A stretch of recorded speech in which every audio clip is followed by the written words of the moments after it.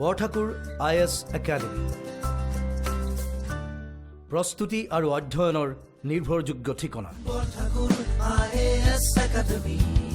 Hello everyone, welcome to the Hindu analysis for 19th May 2021. Let us begin with the first article today. Vaccination lag in rural India points to a looming crisis. As of now, outside of urban areas, only about 15% of the population has been vaccinated, either with Covishield or Covaxin. Let us understand or compare the current scenario with what we experienced during the first wave of coronavirus pandemic.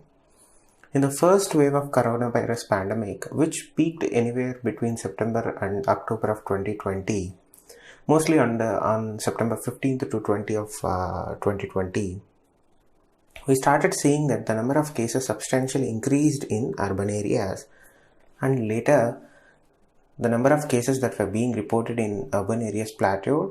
But on the other hand, number of cases that were coming out of rural areas, that is positive cases, have surpassed what the number that was being reported in urban areas. It seems that in the second wave of coronavirus pandemic also, the same thing is repeating here. In the second wave, first we saw a similar pattern, like there was a split of 52 to 48% in urban, semi-urban versus rural/semi-rural areas. As of March 2021, we saw a sharp increase of positive cases in urban areas, anywhere between about upwards of 65% in urban areas. Later, now we are experiencing a peak in positive cases in urban areas, particularly in metropolitan cities all around India. Like in the first wave, now the government and others are realizing that slowly but steadily the percentage of positive cases that are being reported from rural areas is increasing sharply. Now, this is a cause of concern for all the stakeholders in the fight against COVID-19, because we haven't vaccinated enough people in rural areas. Of all accounted vaccination outside urban areas, only 15%, which is very low compared to what we were able to achieve in terms of vaccination in urban areas. Now, in yesterday's class, we discussed how vaccination is the only way to fight out of coronavirus pandemic. This lower percentage of vaccination in rural areas, whatever may the number be, is far less than 20% all around India. Even if the government of India wants to vaccinate in tandem with various stakeholders and state governments, there is a clear crisis where we don't have enough vaccines to vaccinate the rural population. So what is the net result of this situation? One, we are going to see a steady increase of positive cases that will be reported and that are being reported in rural parts of India. Two, whatever the death rate that we are seeing in India right now will most likely stay upward of 4,000 or 4,500 per day, because compared to urban areas, Indian rural health infrastructure is far more fragile than what we understand it to be. So, as a result of the low vaccination numbers in semi-rural and rural areas, it suggests that the impact of the pandemic will be more severe there, as it is being reported anecdotally from various ground reports. So, as I said earlier, what is the outcome of this situation? One, we are going to see COVID-19 run through its course in rural areas. So, what will be the outcome of this low vaccination percentage in rural areas? One, the caseload or the number of positive cases will go up. The death rates that we are seeing right now will likely be or remain like so for the foreseeable future until we see a spike or a plateau in number of cases in rural areas. And whatever the reports that we are seeing from ground are most likely true because lack of primary healthcare centers or rural healthcare centers.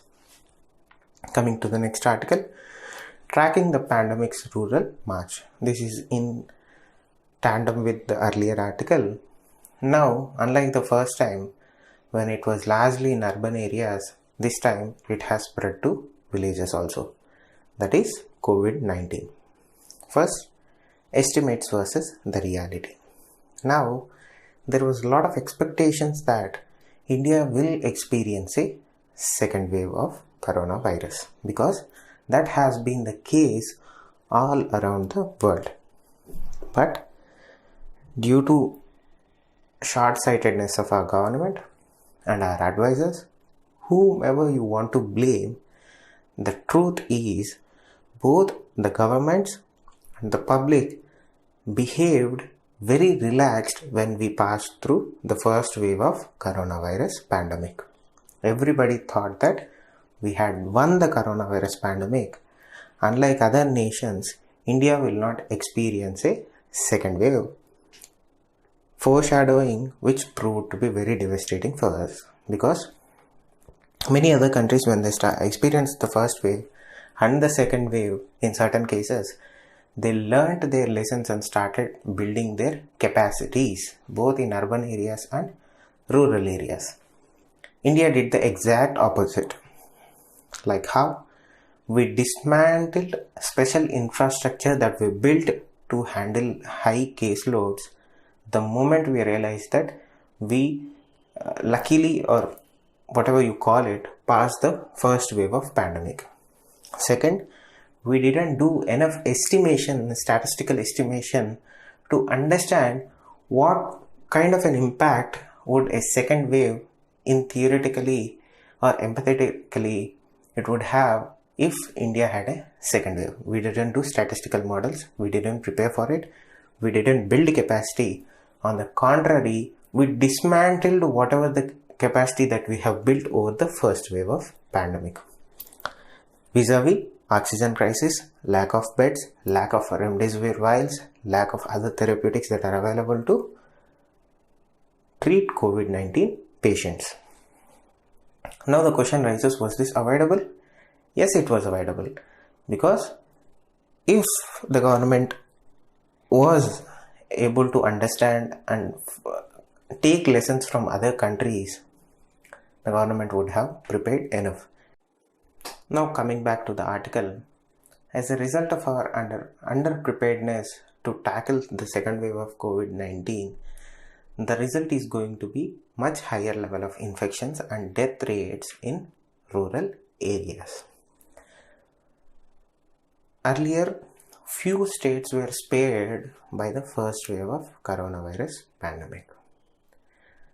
By observing all the statistics, numbers that we have that are available to us right now, it seems that no state or district will be spared from the wrath of COVID-19 during the second wave. To understand this, let us take the example of Uttar Pradesh.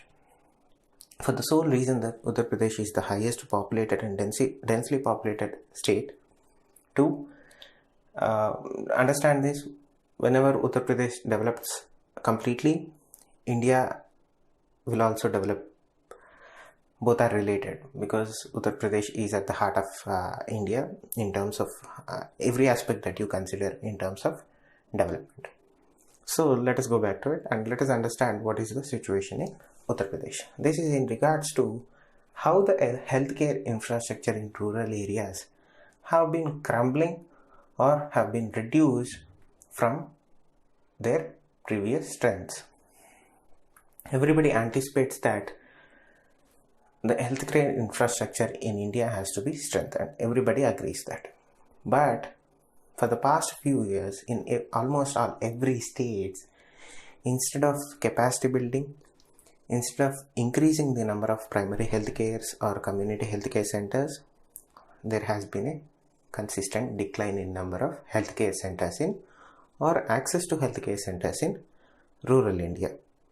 For example, in Uttar Pradesh, the number of primary healthcare centers had declined from 3,660 in 2005 to 2,880 in 2020. This is almost a reduction of 700 to 800 healthcare centers, which, if they had existed in the current scenario, would have helped a great deal in effectively countering COVID-19 in rural areas. Another example, while the number of community healthcare centers increased from 386 to 711 during the same period, the sub-centers increased only in marginal numbers. That is, in 2005, there were 20,521 centers and it was increased to only 20,778 in 2020. Whatever the increase that we are seeing here is minuscule and doesn't fulfill the criteria to cater to the needs of rural people. Whatever this article discusses, one, we didn't build enough infrastructure to handle COVID-19 or any other health crisis in India, in rural India particularly. Second, whenever there was scope to increase or capacity to improve healthcare systems or structures or infrastructure in India, both in urban and rural, consecutive governments have dropped the ball. 3, though the state governments are responsible for response of health crisis in India, when you look at the responses from the first wave and second wave, in the first wave, the governments did not respond properly. Even the judiciary also dropped the ball in terms of answering the migrant crisis issues. But however you may deem it to be, at least in the second wave of coronavirus pandemic, judiciary has been at the forefront of tackling the pandemic. Particularly in the case of Allahabad High Court, where the Allahabad High Court has directed the Uttar Pradesh government to impose lockdowns to reduce the spread of coronavirus pandemic. Most of the high courts all around India and certain cases in Supreme Court had taken precedence over other cases where the judiciary has been trying to help in navigating the coronavirus pandemic. The only drawback here is that though the intentions of the judiciary has been noble in certain cases, in few cases they have exceeded their limitations or bounds, which called for criticism. But at the end of the day, it has been that they realize that the state governments or the executive hasn't been doing their job properly, and they felt that they had to answer the cries of public. So that is the situation here. 1, in rural areas the vaccination is low. As a result of it, we are going to see high percentage of infection rates. We are going to see high numbers of deaths. Added to that, whatever the rural health infrastructure that India needs wasn't developed in the years available to us. Now we are bearing the brunt of it because due to the lack of facilities, whatever the numbers that we were going to see will substantially increase because of lack of facilities. The author of this article is very critical of our poor healthcare infrastructure in rural areas, and his understanding of the situation leads to him believing in that the pandemic would lead to a catastrophic outcomes once the rural population was exposed to the virus. But the reality is the rural population has already been exposed to the virus, and we are seeing the numbers slowly trickling in. Moving to the next article. 13 dead as Taukte batters Gujarat. As of now, 90 people are missing from barges. Since yesterday, Indian Coast Guard, Indian Navy has mounted a rescue operation to rescue people from vessels and barges that have washed away due to the cyclone. Now, the severe cyclone storm had made a landfall as of Tuesday. As a result of it, it left a wide path of devastation in which at least 13 people have lost their life in Gujarat. Now, the other end of it is people lost at sea due to this cyclone. For the past 2 days, Indian Navy along with Indian Coast Guard have been continuously trying to rescue people who are stranded in oil rigs off the coast of Gujarat and barges which are responsible for construction of the said oil rigs off the coast of Gujarat, which were washed away due to the heavy winds and waves and the ferocity of the cyclone, are now being rescued by the Indian Navy and Indian Coast Guard. Indian Navy and Indian Coast Guard have been conducting SAR efforts, that is search and rescue efforts, to locate all the missing ships, missing personnel and bring them back home safely. But we have to wait and see till the skies clear to get an exact gauge of what kind of a destruction this cyclone brought on us and recover from it. Moving to the next article. Engage with US progressive. So, to give a little bit of back history to this, everybody knows that the US government was reluctant to help India during the second wave of coronavirus pandemic. During the first week of our crisis in the second wave of coronavirus pandemic, the American administration was silent.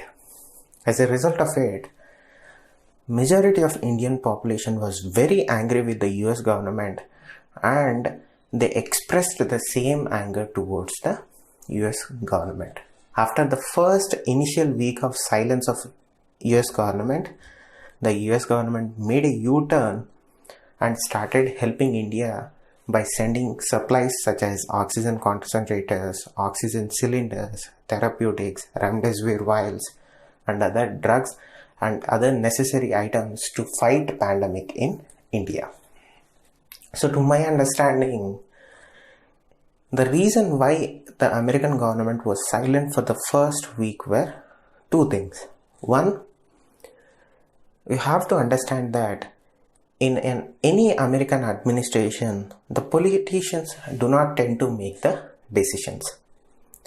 The decisions are made by a group of advisors who study the implications of every aspect of a situation. Then they advise it to either the vice president or the president or the politicians like congressmen or congresswomen.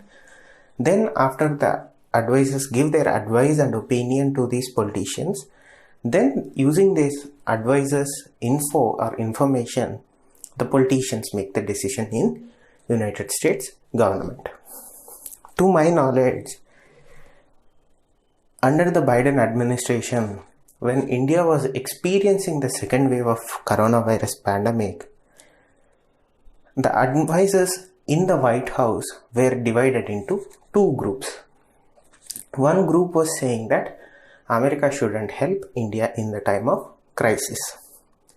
The second group was suggesting that America should help India in this time of crisis for the sole reason that if the pandemic gets out of control in India, it will directly have an impact on American population. They were of the opinion that if the pandemic does indeed get out of control in India, whatever the efforts that US and other countries are making around the world to control this pandemic will have no effect because there is a chance that this virus will transmit again back to the shores of United States. Finally, the group of advisors who were suggesting to help India in time of crisis had won the argument against the people who were opposing the help. After the 1 week, after having a whole week to discuss what they are supposed to do, finally this group of advisors won their argument. Immediately you have seen that from higher echelons of US government, statements were being made by both the president, vice president, secretary of defense, secretary of home of foreign affairs, or whatever you call it, stating that India is an irreplaceable partner of US and they are going to help their friend in crisis. That is a backstory to it that I had access to. I don't know whether it is absolutely factual or not, but my sources are pretty good, and this was the issue that transpired over the first few days of our second wave of coronavirus in US. So this article talks about two things.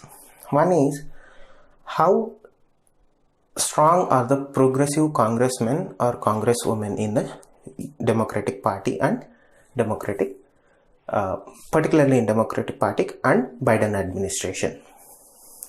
If you remember correctly, India and South Africa have been strongly lobbying to get a temporary waiver of TRIPS agreement so that vaccine production can start in large scale using the mRNA technology that is in the hands of European and American pharmaceutical companies. So what has happened was, as soon as we had the crisis, certain friends of India, or the congressmen or women who are considered to be friends of India, started urging the Biden administration to help India in their time of crisis. Among those who were asking for who were asking to support India during this time of crisis were few progressive Indian American congressmen and congresswomen. These people were reaching out to the Biden administration, and they have been asking the Biden administration to help India as a response to our second wave. Now, who were they? One is Congressman Ro Khanna, who is Rohit Ro Khanna. He is the Democratic Vice Chair of Congressional Indian Caucus in India, in US Senate. He is of a powerful position in the Democratic Party and in the Indian caucus.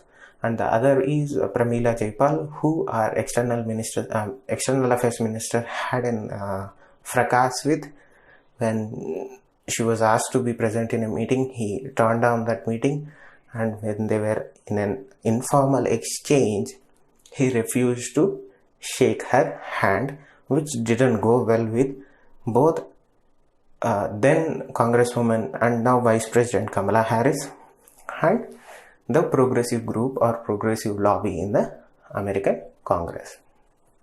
Now, after the sudden U-turn of the US government also came around the TRIPS agreement.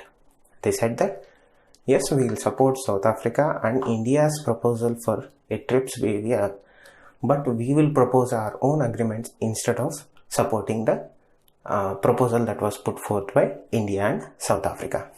Now, one of the people who joined this effort to ensure that the TRIPS agreement waiver be made were 110 members of US Congress who wrote to President Biden urging him to support the waiver. These included the progressives of US Congress who have or hold radical left-leaning ideas. That is the only way that I can put it in words. They believe in whatever they believe in, but they are considered as progressive Congress members, progressive lobby in US Congress. Now, joining these efforts were the co-chair of Congressional Indian Caucus, Brad Sherman, and over 50 other congressmen and congresswomen.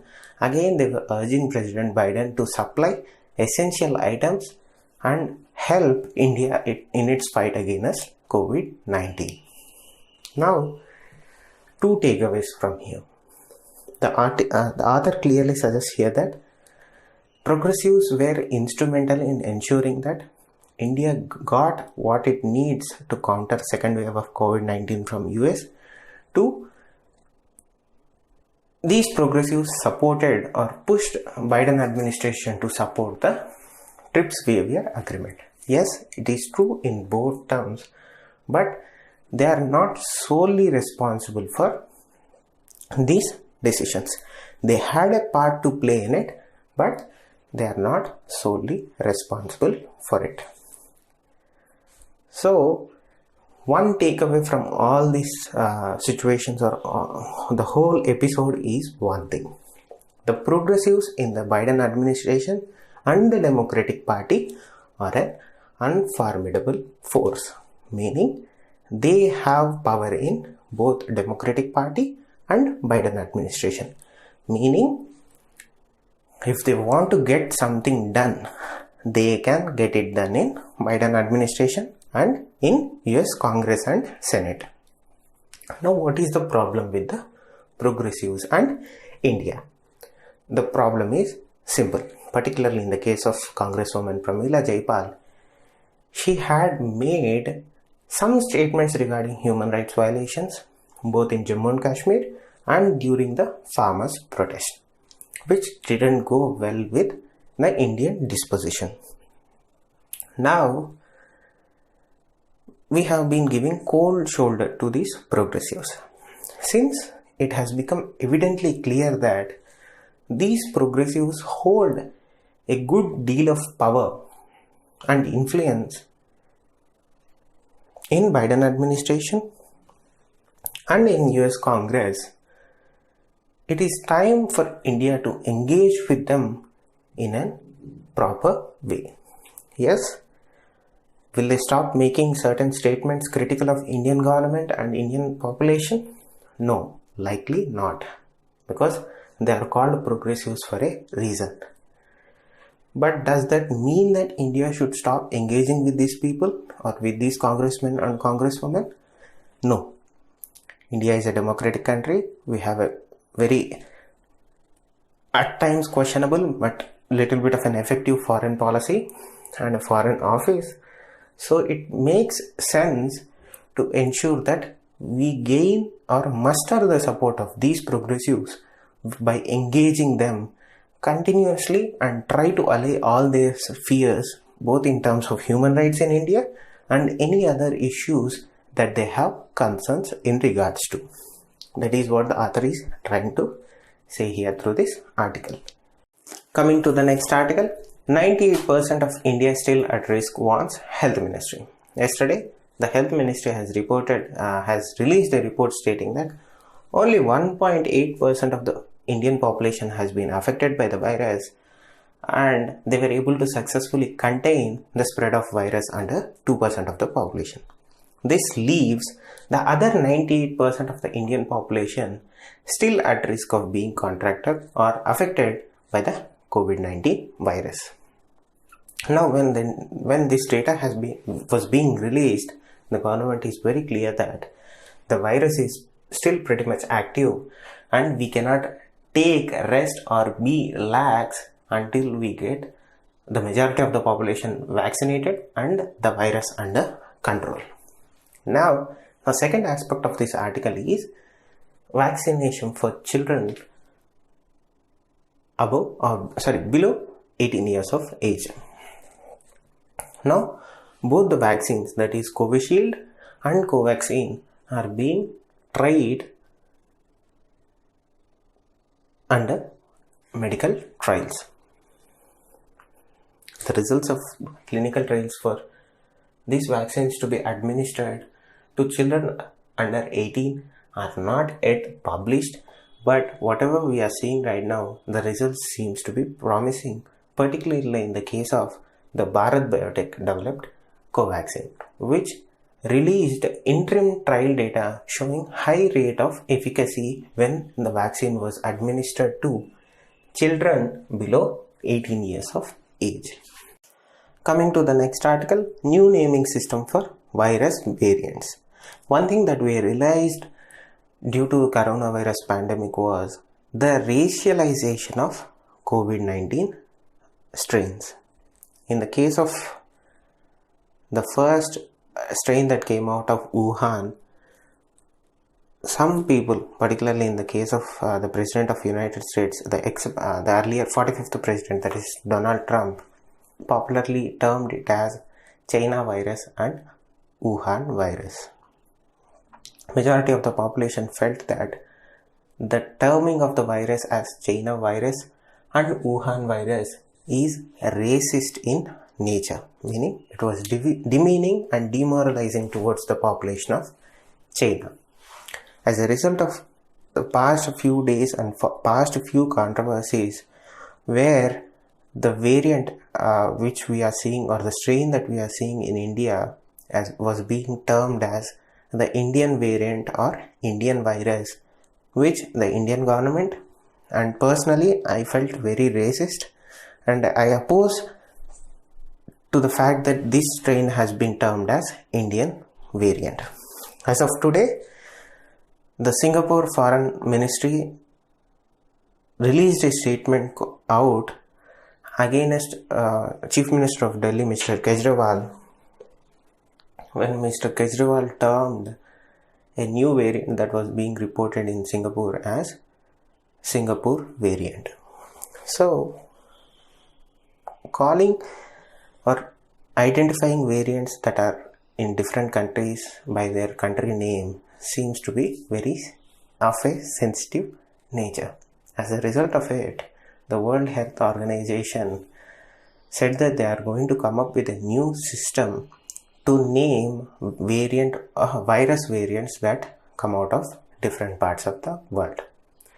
They are doing this to ensure that people don't racialize viruses or various mutations either in coronavirus virus or any other virus that may come out in the future. So apart from it, there is nothing more to it. One, people were using it to hurt the sentiments and feelings of other people. As a result of it, which is wrong actually, which is not morally good, despite knowing well where the virus is coming out, just because you hate somebody, you cannot use it to hurt them. So that as a solution to all the pandemonium that is going on in regards to naming of virus, the WHO is coming out with a new system to name the viruses in present and in the future, like how they do it in cyclones. Coming to the next article, Sri Lanka's China-backed tax haven clears final hurdle. So a Chinese-funded tax-free enclave that is being termed as Sri Lanka's answer to Dubai and Singapore has cleared the final legal hurdle that it was facing in the Supreme Court of Colombo. There were 19 cases filed against this project in the Supreme Court of Colombo. Now, the Supreme Court cleared all the hurdles by rejecting 19 petitions challenging the Colombo Port Economic Commission bill.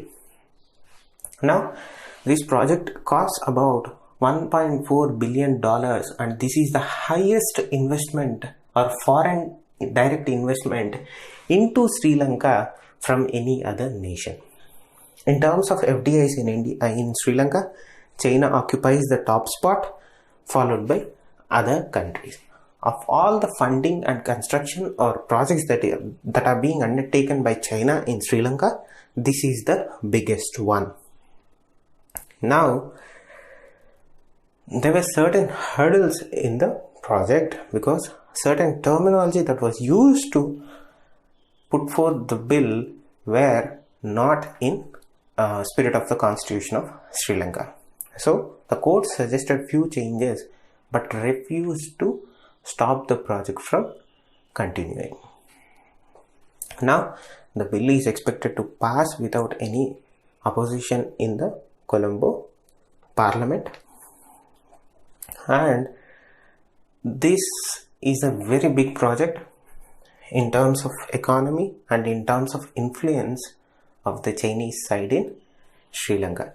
We have to wait and see how the Indian government is going to counter this project and tackle the ever-increasing influence of China in Sri Lanka. Thank you. Stay safe. Borthakur IS academy প্ৰস্তুতি আৰু অধ্যয়নৰ নির্ভরযোগ্য ঠিকানা। ঠাকুর IAS academy.